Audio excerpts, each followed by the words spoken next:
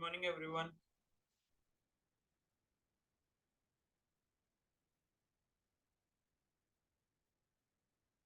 Good morning, Madhu. Good morning, Kamini. Good morning, Reshma. Good morning, Kashish. Good morning, Kashish. Good morning, Tanu.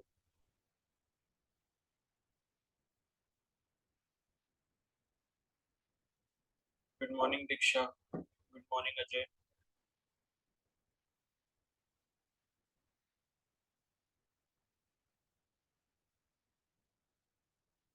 Good morning Akhila. तो आज जो है evening में आपका test रहेगा। जो एक टेस्ट रह गया था ना, कौन सा वाला रह गया था? Biological classification. हाँ ठीक है, क्लासिफिकेशन वाली जो यूनिट है ना, चैप्टर नंबर 1 से लेके चैप्टर नंबर 4 तक, क्लास 11 का।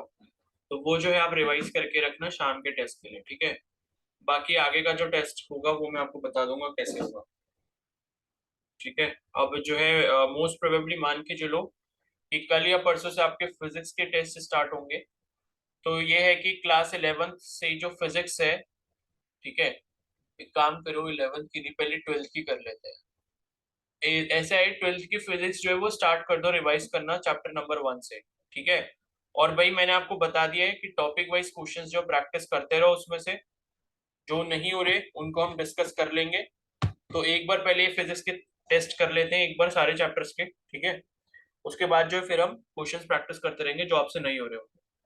तो आज से ही जो है, मतलब आज आपका ये बायोलॉजिकल क्लासिफिकेशन वाला तो आपने ऑलरेडी पढ़ ही रखा होगा।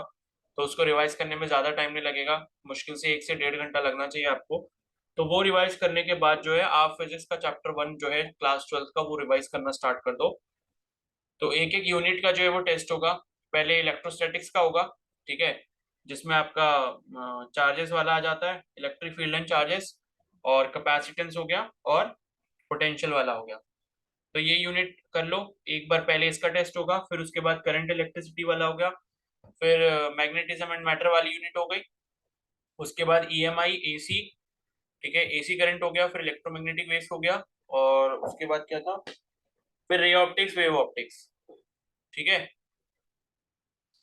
तो इसको जो है रिवाइज करना स्टार्ट कर दो।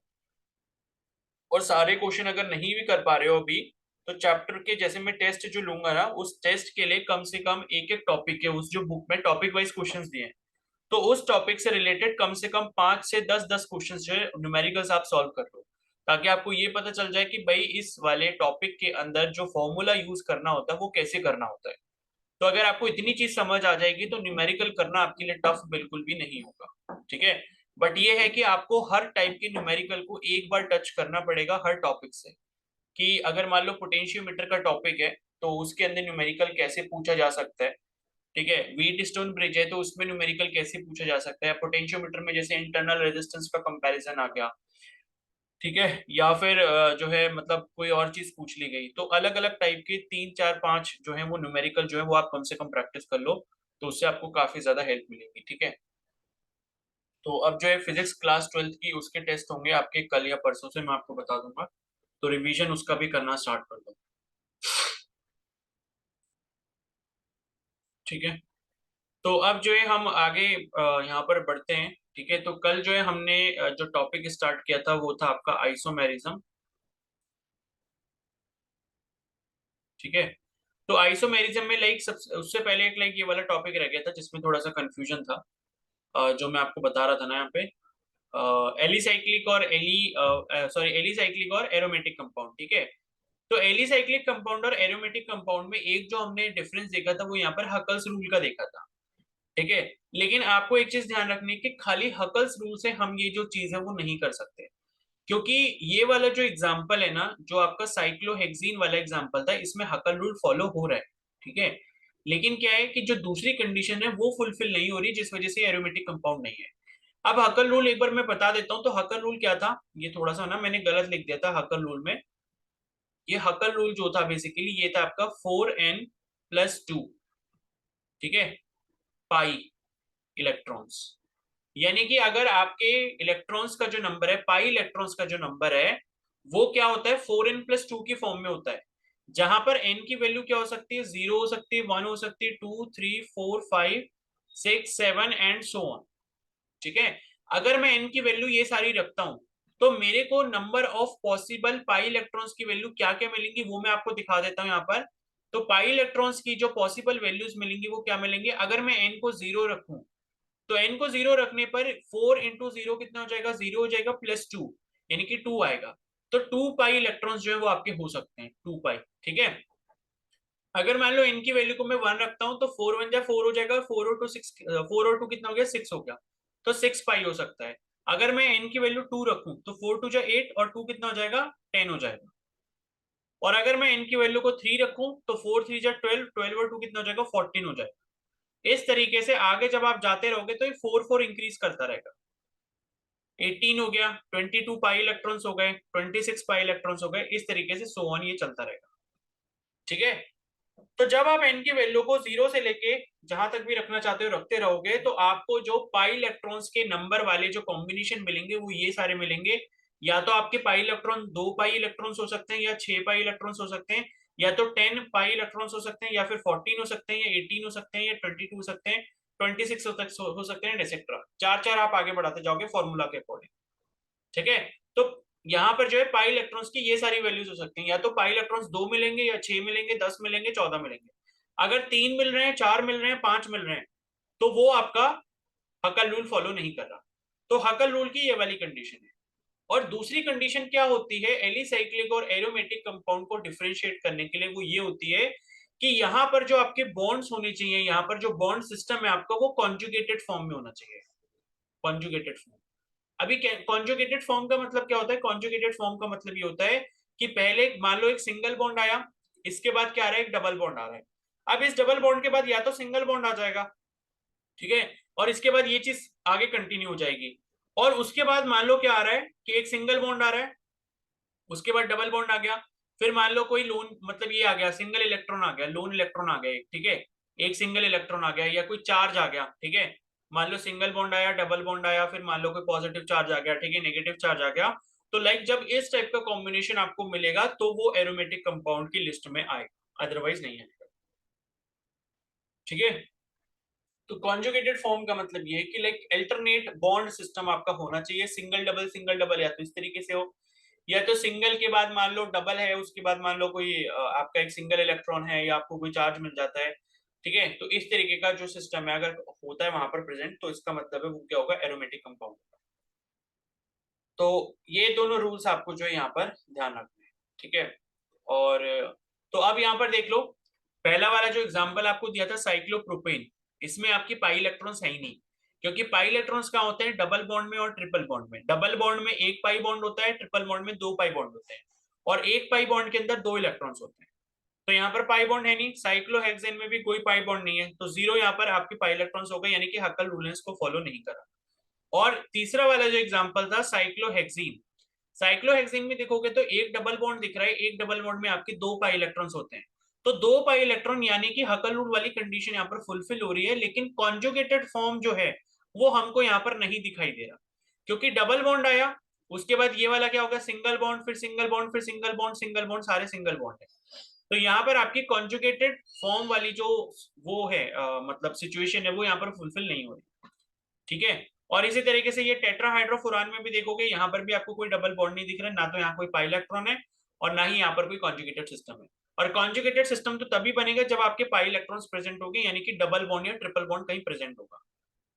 ठीक है, अब उसके बाद यहाँ पर एरोमेटिक कंपाउंड में अगर आ जाओ तो बेंजीन में देखो, बेंजीन जो आपको दिख रहा है, बेंजीन में total number of pi electrons कितने हो जाएंगे, 6 हो जाएंगे, क्योंकि तीन पाई बॉन्ड आपको दिख रहे हैं यहाँ पे।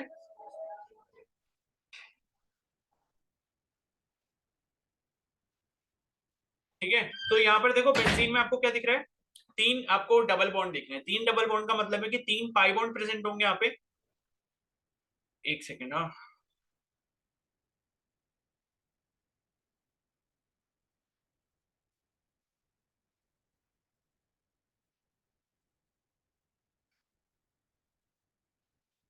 ठीक है, तो बेंजीन में क्या हो गया, तीन आपके पाई बॉन्ड है, तो इसका मतलब क्या है, 3 2 जा 6, यानी कि एक पाई बॉन्ड में दो आपके पाई इलेक्ट्रॉन्स होते हैं, तो 6 पाई इलेक्ट्रॉन्स है।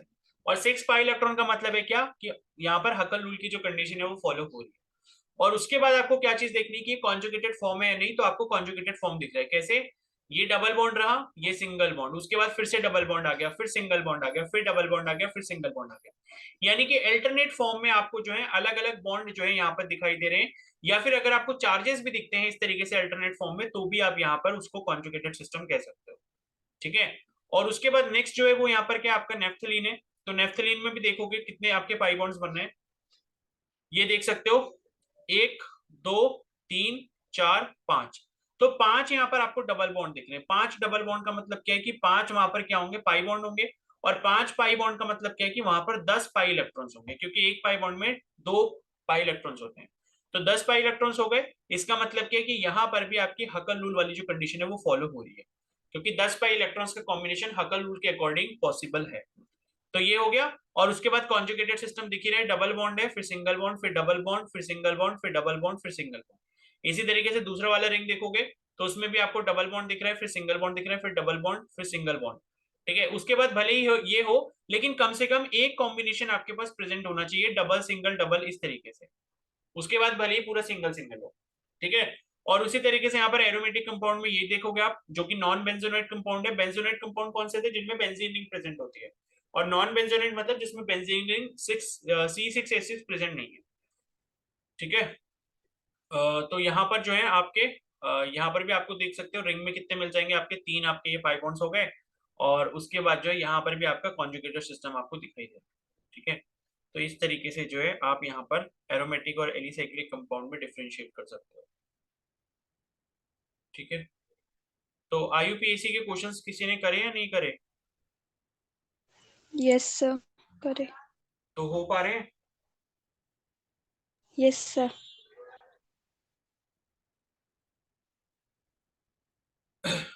चलो ठीक है। तो अब हम आगे प्रोसीड करते हैं। तो हम कल पढ़ रहे थे आइसोमेरिज्म के बारे में। मैंने आपको बताया था आइसोमेरिज्म क्या होता है, कि जिन कंपाउंड्स का अलग अलग अगर पेयर है हमारे पास कंपाउंड्स के, तो उनका अगर मॉलिक्यूलर फॉर्मूला सेम आपको दिखाई देता है, लेकिन उनका जो स्ट्रक्चर है in the form of branching ये अगर अलग है, तो वो क्या हो जाएंगे, वो आपके आइसोमर्स कहलाएंगे। वो जो पेयर होंगे केमिकल कंपाउंड्स के, ऑर्गेनिक कंपाउंड के, उन्हें हम कहेंगे आइसोमर्स। और ये जो फिनोमिना हमको दिखाई देता है, इसको हम क्या कहते हैं? आइसोमेरिज्म कहते हैं। ठीक है। तो यहाँ पर क्या है कि जो आपका स्ट्रक्चर फॉर्मूला है वो वो अलग होगा। प्रॉपर्टीज भी आपके वो जो कंपाउंड्स हैं उनकी अलग होंगी। और जो स्पेशल अरेंजमेंट है, स्पेशल अरेंजमेंट का मतलब क्या है कि इनका जो स्पेस में अरेंजमेंट होगा, यानी कि 3D अरेंजमेंट जो होगा वो भी अलग अलग हो सकता है आइसोमेरिज्म के केस में। ठीक है। तो ये सारे आपके जो केमिकल कंपाउंड्स है, ऑर्गेनिक कंपाउंड्स, इन्हें हम क्या कहते हैं? आइसोमेरिज्म कहते हैं। अब आइसोमेरिज्म को हम 2 पार्ट्स में डिफरेंशिएट कर सकते हैं। ठीक है। इसके क्वेश्चन आते हैं। ठीक है। आइसोमेरिज्म के क्वेश्चन जो है वो आते हैं। तो इसलिए जो है आपको ये काफी अच्छे से ध्यान रखने हैं। इनके एग्जांपल्स यहाँ पर नहीं दिए, तो इनके एग्जांपल्स के लिए या तो एनसीईआरटी को रेफर करना, या फिर नीट वगैरह के जो PYQ आए हैं, या फिर जो क्वेश्चंस उस बुक में दिए हैं उनको रेफर जरूर कर लेना। आइसोमेरिज्म के टॉपिक से क्वेश्चन आते ही आते हैं। ठीक है। इंपॉर्टेंट टॉपिक है। तो आइसोमेरिज्म जो है लाइक पहले आपके 2 पार्ट्स में यहाँ पर डिफरेंशिएट हो जाते हैं। ठीक है। पहला होता है आपका स्ट्रक्चरल आइसोमेरिज्म और दूसरा होता है आपका स्टीरियो आइसोमेरिज्म। तो स्ट्रक्चरल आइसोमेरिज्म क्या होता है? It arises due to difference in the sequence of atom. यानी कि एटम का जो सीक्वेंस होता है वो अलग अलग अगर है, तो वो स्ट्रक्चरल आइसोमेरिज्म की कंडीशन के अंदर आएगा। और स्टीरियो आइसोमेरिज्म क्या होता है? It arises due to different relative rearrangement of atoms और ग्रुप्स इन स्पेस। स्पेस का मतलब क्या होगा कि हम 3D स्पेस की बात कर रहे हैं। 3D में अगर यहाँ पर, ठीक है, अलग अलग अरेंजमेंट आपको दिखाई देता है एटम्स का, तो उस केस में स्टीरियो आइसोमेरिज्म होगा।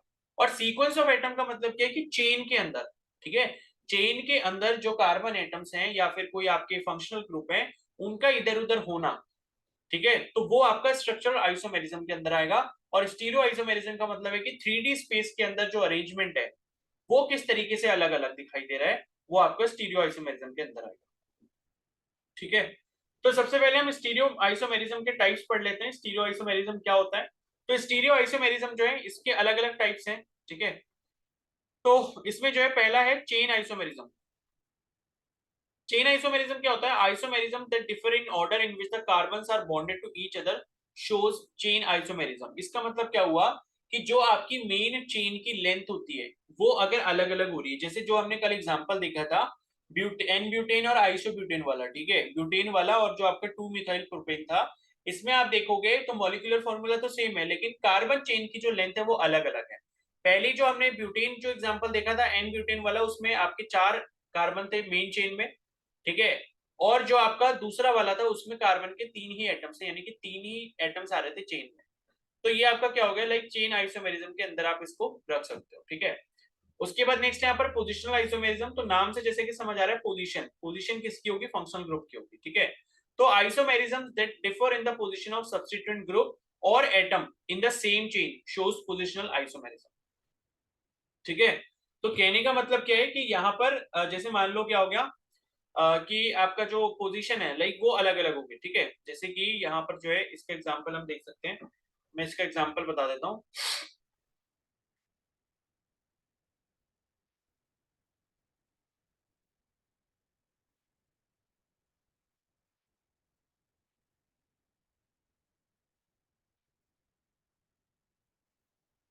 ठीक है। तो इसका एग्जांपल जैसे आप ये वाला देख लो, पोजिशनल आइसोमेरिज्म का,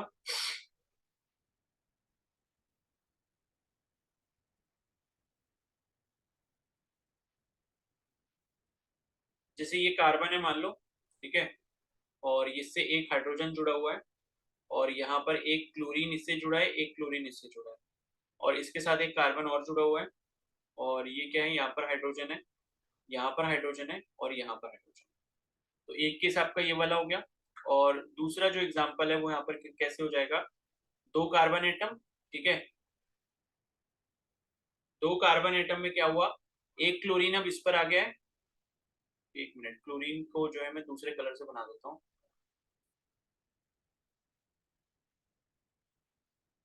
ठीक है।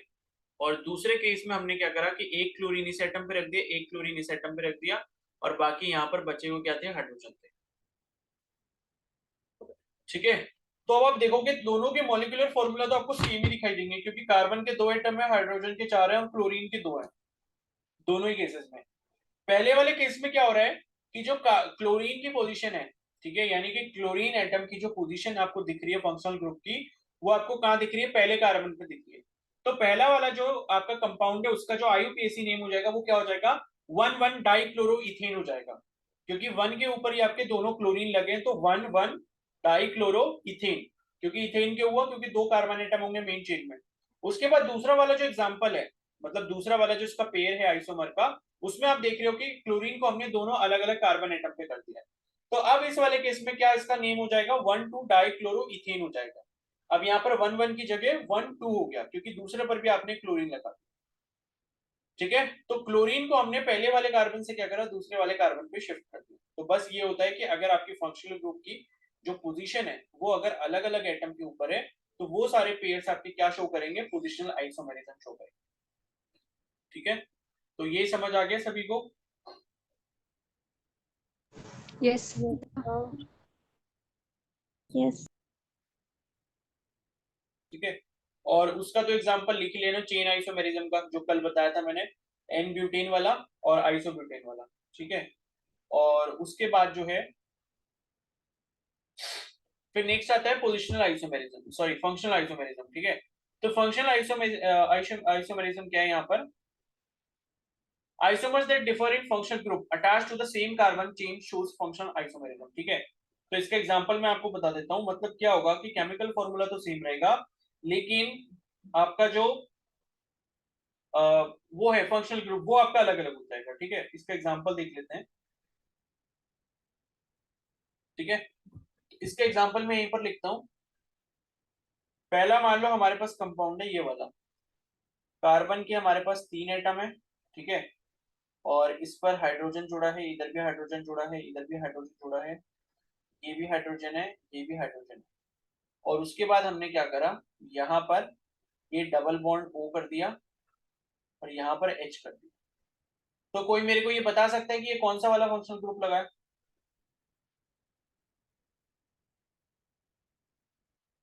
कोई बताएगा।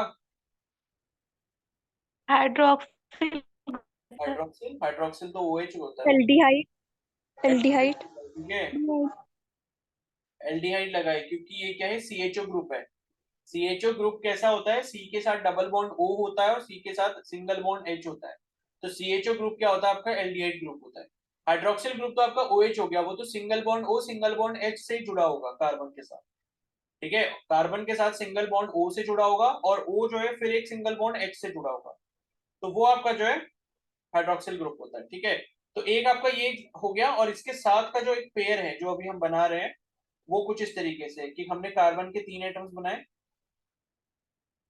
ठीक है, और इधर किनारे पर आपके तीनों हाइड्रोजन है, इसकी वैलेंसी हमने कंप्लीट कर दी। अब कार्बन के साथ हमने क्या करा, यहाँ पर एक नीचे डबल बॉन्ड O बना दिया, ठीक है, और उसके बाद क्या करा, इधर हाइड्रोजन, इधर हाइड्रोजन, इधर हाइड्रोजन। अब बताओ यहाँ पर कौन सा फंक्शनल ग्रुप दिखाई दे रहा है आपको, कीटोन। कीटोन दिख रहा है, ठीक है। जब भी आपको चेन के बीच में C डबल बॉन्ड O दिख जाएगा तो वो कीटोन ग्रुप होगा, और कीटोन ग्रुप कभी भी एंड पर नहीं लग सकता, ठीक है। कीटोन ग्रुप कभी भी एंड पर नहीं लग सकता, अगर वो एंड पे लगाओगे तो वो आपका एल्डिहाइड ग्रुप बन जाएगा, जैसे ऊपर वाले केस में हुआ था।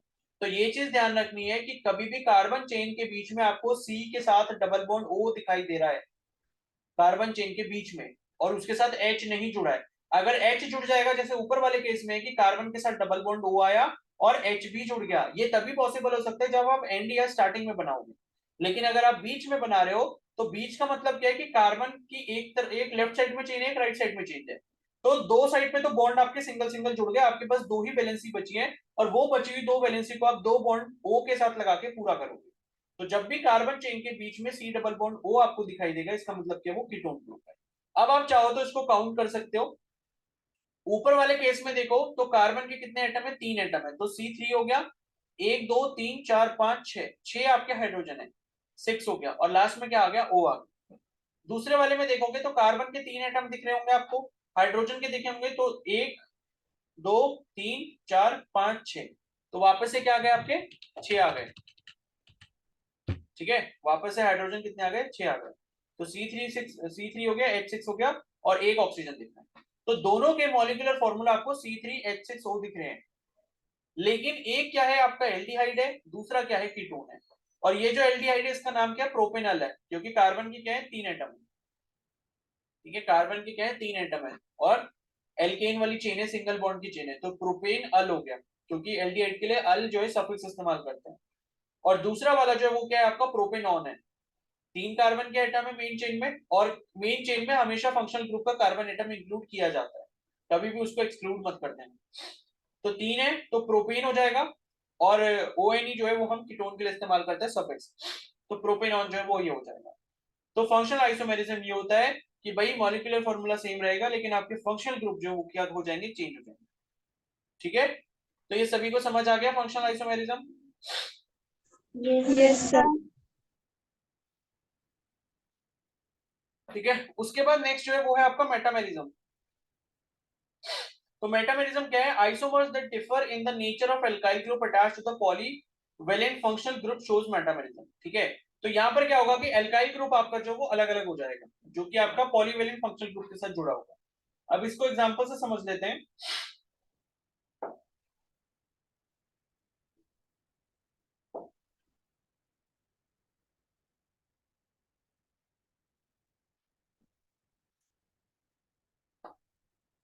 ठीक है, तो इसका जो एग्जांपल है वो यहाँ नीचे बना देता हूं मैं, ठीक है, ये लास्ट में बना देता है। तो यहाँ पर मैं आपको बना देता हूँ मेटामेरिज्म का।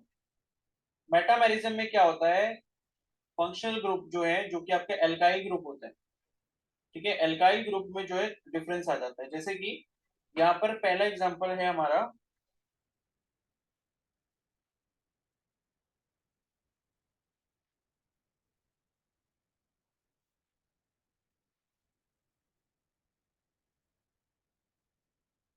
अच्छा मेरे को कोई बताएगा कि ये कौन से फैमिली का कंपाउंड है, मतलब कौन से फैमिली ऑफ फंक्शनल ग्रुप को फॉलो करता है, ROR,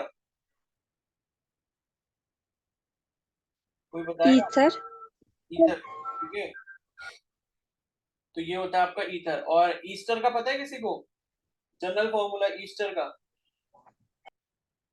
उसमें C डबल बॉन्ड वो आ जाता है बीच में। ठीक है, तो RCOOR- जो है ये क्या होता है आपका ईस्टर होता है। और इस फॉर्म में कभी भी आपको अगर कंपाउंड दिखाई देगा तो वो क्या होगा आपका ईथर होगा। ठीक है, तो ये बेसिकली क्या है, ईथर है। यहाँ पर आर क्या होता है, आर होता है आपका एल्काइल ग्रुप। एल्काइल ग्रुप का मतलब क्या होता है कि एल्केन में से जब आप हाइड्रोजन को रिमूव कर देते हो तो वो क्या बन जाता है, एल्काइल ग्रुप बन जाता है। Alkane minus hydrogen is equal to alkyl. कैसे, जैसे मान लो एल्कीन हम मीथेन ले लेते हैं। ठीक है, मीथेन क्या होता है, अपना पहले नंबर का होमोलोगस सीरीज जो होती है एल्केन की, उसमें पहले नंबर का जो एल्केन होता है वो मीथेन होता है, जिसमें कार्बन का एक एटम होता है। तो CH4 होता है, CH4 में से अगर आप H को रिमूव कर दो तो क्या बचेगा, CH3 बचेगा। तो अगर ये मीथेन है तो ये क्या बन जाएगा, मिथाइल बन जाएगा। ठीक है, और उसी तरीके से मान लो दूसरा अगर हम ले मेंबर इसका होमोलोगस सीरीज का एल्केन ग्रुप का, तो वो क्या होता है, वो होता है हमारा मीथेन के बाद इथेन। ठीक है, इथेन में हमारे क्या होंगे, दो कार्बन एटम होंगे। और एल्कीन के लिए मैंने आपको जनरल फॉर्मूला बता रखा है, CN H2n+2 होता है। तो C अगर 2 बनाया तो H2n+2 कितना हो जाएगा, 2 2 4 + 2 6 हो जाएगा, यानी कि C2H6 हो जाएगा। अगर इसमें से मैं हाइड्रोजन को रिमूव कर देता हूं तो क्या बचेगा, C2H5 बचेगा। और इसका नाम क्या हो जाएगा C2H5 का, बताओ। एथिल। इथाइल। ठीक है, इसका नाम क्या हो जाएगा, इथाइल ग्रुप हो जाएगा। तो इस तरीके से हम क्या बनाते हैं, एल्काइल ग्रुप्स बनाते हैं। जब आप एल्केन में से एक हाइड्रोजन को रिमूव कर देते हो तो वो आपका एल्काइल ग्रुप बन जाता है। ठीक है, तो यहां पर देखो, एक एग्जांपल तो ये हो गया।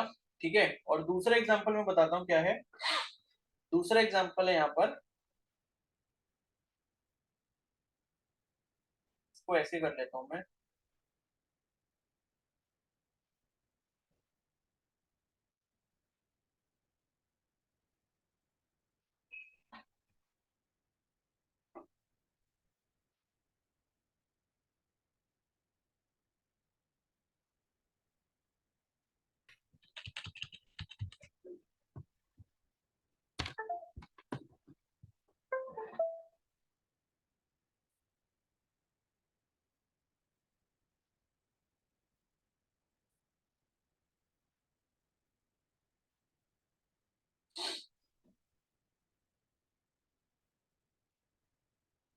ये CH2 है, CH2 CH3।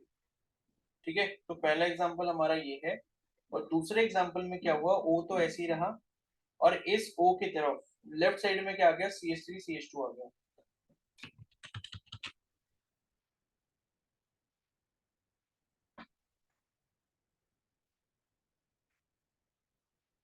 ठीक है, CH3 CH2, और राइट हैंड साइड में क्या जुड़ जाएगा, CH2 CH3 जुड़ जाएगा। ठीक है, तो अब आप इसमें देख रहे होगे, जो ऊपर वाला ईथर है आपका, ठीक है, ऊपर वाला जो ईथर है उसमें ऑक्सीजन के लेफ्ट हैंड साइड में CH3 लगा है, लेकिन नीचे वाले में हमने क्या कर दिया, CH3 CH2 कर दिया। और ऊपर वाले में राइट साइड में देखोगे, ये ग्रुप कौन सा है, इस एल्काइल ग्रुप का नाम क्या होगा बताओ, प्रोपाइल। प्रोपाइल होगा। ठीक है, तो ये लगा है आपका प्रोपाइल ग्रुप, और ये लगा है आपका मिथाइल ग्रुप। और नीचे वाले केस में ये लगा आपका इथाइल ग्रुप, और राइट हैंड साइड में भी ये क्या लगा आपका, इथाइल ग्रुप लगा।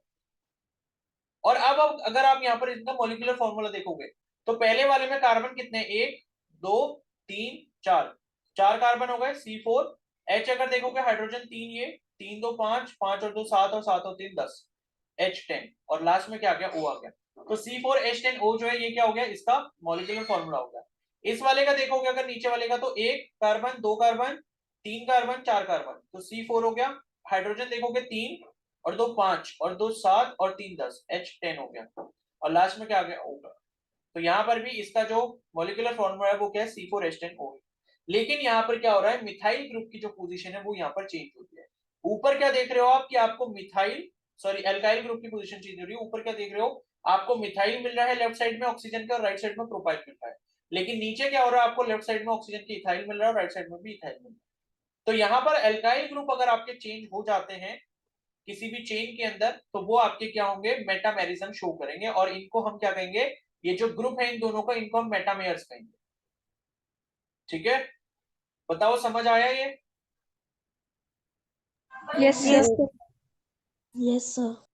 तो ये क्या हो गया आपके मेटामर्स हो गए, और ये जो फिनोमेना है ये क्या हो जाएगा, मेटामेरिज्म हो जाएगा। तो इनके एग्जांपल्स देखो बहुत इंपॉर्टेंट रहते हैं, तो ये है कि पीवाई क्यू आप सॉल्व करोगे तो आपको और एग्जांपल्स मिल जाएंगे, ठीक है। और इसके बाद है लास्ट में हमारा इसका जो स्ट्रक्चरल आइसोमेरिज्म का एक और है, वो है हमारा रिंग चेन आइसोमेरिज्म। तो isomers that can exist both as open chain and ring structure, ठीक है, जो ओपन फॉर्म में भी एग्जिस्ट कर सकते हैं और रिंग में भी एग्जिस्ट कर सकते हैं, वो रिंग चेन आइसोमेरिज्म शो करेंगे, ठीक है। इसका सिंपल सा एग्जांपल मैं आपको बता देता हूँ यहाँ पे, ठीक है। ये वाला एग्जांपल जैसे समझ लो, प्रोपेन का लेते हैं सपोज, प्रोपेन। तो प्रोपेन का सिंपल सा स्ट्रक्चर तो आपको एक ये पता है, एन प्रोपेन जो बनता है स्ट्रेट चेन, CH3 CH2 और CH3, ठीक है। तो ये आपका बन गया कितना बन गया, 3 तो 5 और 3 8, ठीक है।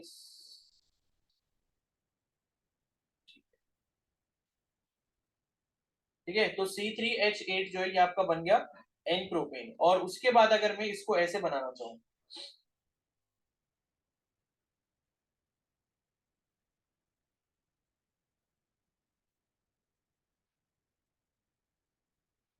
एक सेकेंड, H2 नहीं नहीं, ये वाला तो शायद नहीं बनेगा, क्योंकि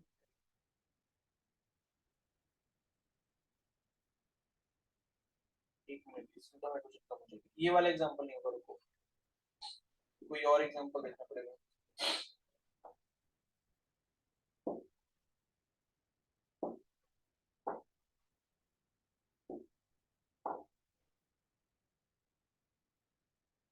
हाँ ठीक है, देखो यहाँ पर क्या है, जैसे हमारे पास एग्जांपल है साइक्लोप्रोपीन और प्रोपीन का, ठीक है।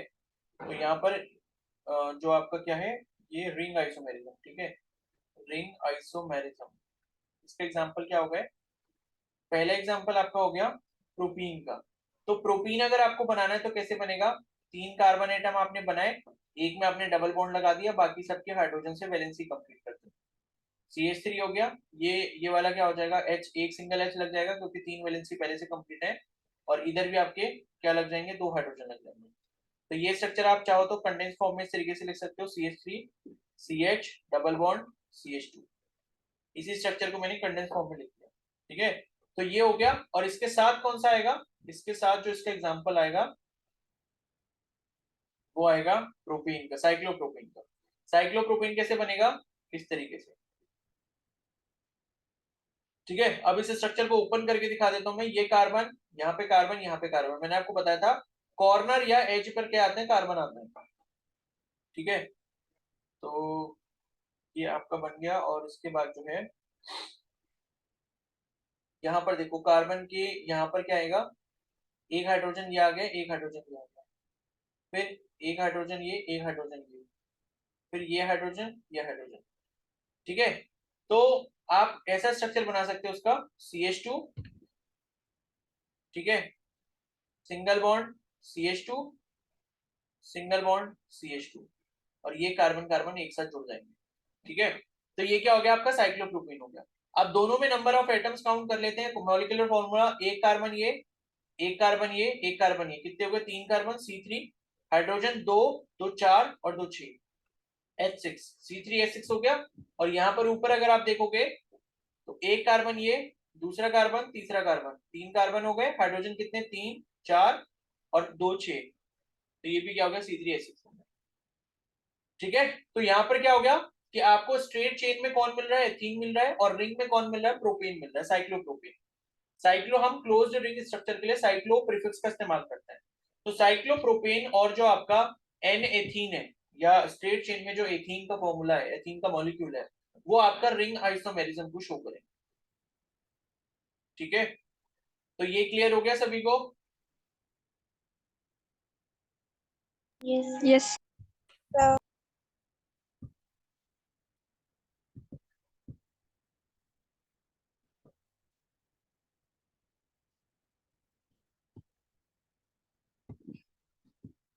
ठीक है। चलो अब इसके बाद ये कल कंटिन्यू करेंगे, मतलब शाम को कंटिन्यू करेंगे, ज्योमेट्रिकल और ऑप्टिकल आइसोमेरिज्म, ठीक है। तो आइसोमेरिज्म आपके इतनी टाइप्स के होते हैं, और भी होते हैं, अगर आप ज्योमेट्रिकल और ऑप्टिकल की डिटेल में जाओगे तो और भी आपको मिल जाएंगे, बट इतने काफी है अपने को पढ़ने के लिए, ठीक है। उसके बाद ये आपका दिखाया कि बॉन्ड वगैरह कैसे टूटते हैं, फिर इफेक्ट्स के बारे में करेंगे, ठीक है। तो अब इसको आगे जो है शाम को कंटिन्यू करेंगे, अभी इतने रखते हैं। बाकी टेस्ट के लिए पढ़ लेना सभी लोग, क्लासिफिकेशन वाले जो 4 चैप्टर हैं 11th की स्टार्टिंग के, वो जरूर पढ़ लेना। और फिजिक्स भी पढ़ना स्टार्ट कर दो, क्योंकि कल या परसों से फिजिक्स के टेस्ट स्टार्ट हो जाएंगे, ठीक है। तो अब आप लीव कर सकते हो।